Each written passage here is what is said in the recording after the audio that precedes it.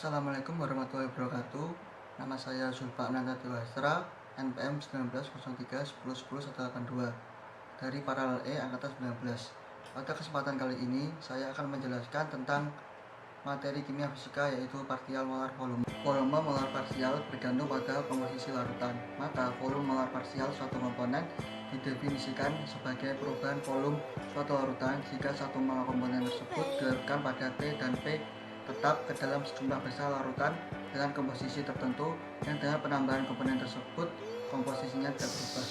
Jadi jika kita ingin menentukan volume molar etanol dalam 20% mol larutan etanol dalam air, maka kita harus menambahkan 1 mol etanol ke dalam sejumlah besar larutan etanol 20%, dan perubahan volume yang terjadi merupakan volume molar parsial etanol dalam larutan etanol 20%. Perlu diketahui bahwa sifat-sifat suatu larutan bergantung pada suhu, tekanan, dan komposisi larutan tersebut. Oleh karena itu, seperti diketahui bahwa V sama dengan W per rho, di mana V sama dengan volume molar parsial yang memiliki satuan mililiter, W sama dengan massa yang memiliki satuan gram, dan rho sama dengan densitas yang memiliki satuan gram per cm kubik. Hukum dalam partial molar volume. Yang pertama, hukum Raoult. Raoult adalah seorang ahli kimia dari Prancis. Ia mengamati bahwa pada larutan ideal yang dalam keadaan seimbang antara larutan dan uapnya, maka perbandingan antara tekanan uap salah satu komponennya, atau misal A, PA per PA0, sebanding dengan fraksi mol komponen XA yang menguap dalam larutan pada suhu yang sama. Misalkan suatu larutan yang terdiri dari komponen A dan B menguap, maka tekanan uap A atau PA dinyatakan sebagai PA sama dengan PA0 dikali XA, di mana PA sama dengan tekanan uap di atas larutan yang memiliki satuan atmosfer atau ATM, XA sama dengan fraksi mol komponen A yang memiliki satuan mol, dan PA0 sama dengan tekanan uap A murni yang memiliki satuan atmosfer. Yang kedua ada hukum Gibbs. Untuk mengetahui tetapan kesetimbangan, maka berdasarkan teori termodinamika dikatakan bahwa tetapan kesetimbangan berhubungan dengan kecepatan gerak molekul. Secara termodinamika, kecepatan gerak molekul untuk bereaksi kimia disebut dengan energi Gibbs atau delta G. Besarnya energi Gibbs menunjukkan besarnya gerakan molekul untuk bereaksi. Semakin besar energi Gibbs, maka reaksi kimia membutuhkan energi tambahan karena gerak molekul yang lambat. Reaksi kimia terjadi secara spontan jika energi Gibbs adalah kurang dari atau sama dengan 0. Jika energi Gibbs positif, maka untuk terjadinya reaksi kimia diperlukan energi tambahan dari luar. Metode pengukuran volume molar parsial. Sifat termodinamika ekstensif dari campuran homogen. Diferensial total dari volume suatu larutan biner homogen dapat dituliskan sebagai berikut. P1 sama dengan del V per del N1 dikali T1 Pn2, dimana V sama dengan volume molar parsial yang satuannya mililiter, N1 sama dengan jumlah komponen satu, yaitu turunan volume larutan P terhadap jumlah mol komponen 1 pada 102 kondisi suhu T, tekanan P, dan jumlah mol komponen 1 yang bukan satu yang dijaga tetap. Takrif ini menunjukkan bahwa volume molar parsial adalah suatu hasil diferensial secara parsial. Sifat ekstensif merupakan zat yang bergantung pada jumlah dan ukuran zat, misalnya volume dan massa.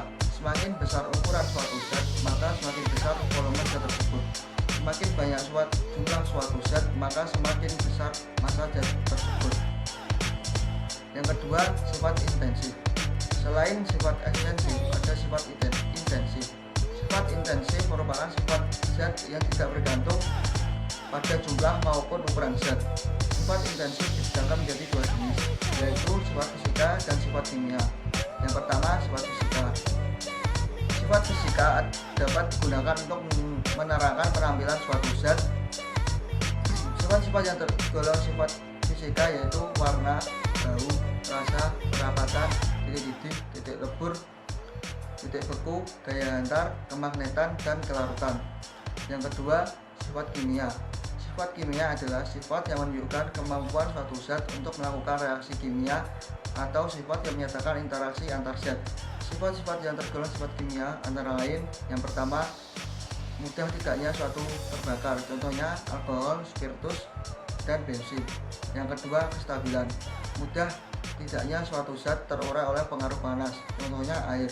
Yang ketiga, perkaratan, yaitu mudah tidaknya zat membentuk karat, contoh besi mudah berkarat pada tempat yang lembab. Selanjutnya, faktor-faktor yang mempengaruhi partial molar volume. Faktor yang mempengaruhi perubahan volume molar parsial adalah adanya perbedaan gaya intermolekuler pada larutan dan pada komponen murni penyusun larutan tersebut, dan adanya perbedaan antara bentuk dan ukuran molekul suatu larutan dan pada komponen murni penyusun larutan tersebut. Selanjutnya, prinsip dari partial molar volume. Grafik volume molar semu lawan akar konsentrasi biasanya memberi garis lurus dan interseptnya adalah limit volume molar semu pada konsentrasi sama dengan 0 atau mililiter yang diperlukan untuk menentukan volume molar parsial komponen pada berbagai konsentrasi. Penentuan intercept grafik adalah lebih mudah dilakukan pada grafik linear daripada grafik lengkung. Untuk mendapatkan kelinearan pada relasi tersebut, sebagian ahli memilih molaritas dan sebagian yang lain memilih molaritas sebagai satuan konsentrasi. Bokrat dan Agarwal telah menggunakan molaritas untuk menentukan volume molar parsial, sedangkan Lewis dan Randall menganjurkan penggunaan molaritas. Mengingat kelinearan relasi itu akan digunakan pada perhitungan volumetrik selanjutnya, maka pemilihan metode analisa data yang memberikan kelinearan lebih tinggi adalah penting untuk dilakukan. Penerapan penentuan volume molar parsial yaitu berfungsi dalam volume molar parsial protein, analisis dekomposisi volume, perubahan volume pada transisi struktural protein, dan perubahan volume pada ligen pengikat protein. Selanjutnya adalah bahan yang digunakan dalam praktikum partial molar volume. Bahan yang digunakan berupa aqueous, etanol, dan natrium klorida. Sedangkan alat yang digunakan adalah beker glass, corong kaca, Erlenmeyer, gelas ukur, spatula, kaca analitik, lampu ukur, kaca arloji, pipet tetes, dan manometer. Sekian dari saya, kurang lebihnya mohon maaf. Wassalamualaikum warahmatullahi wabarakatuh.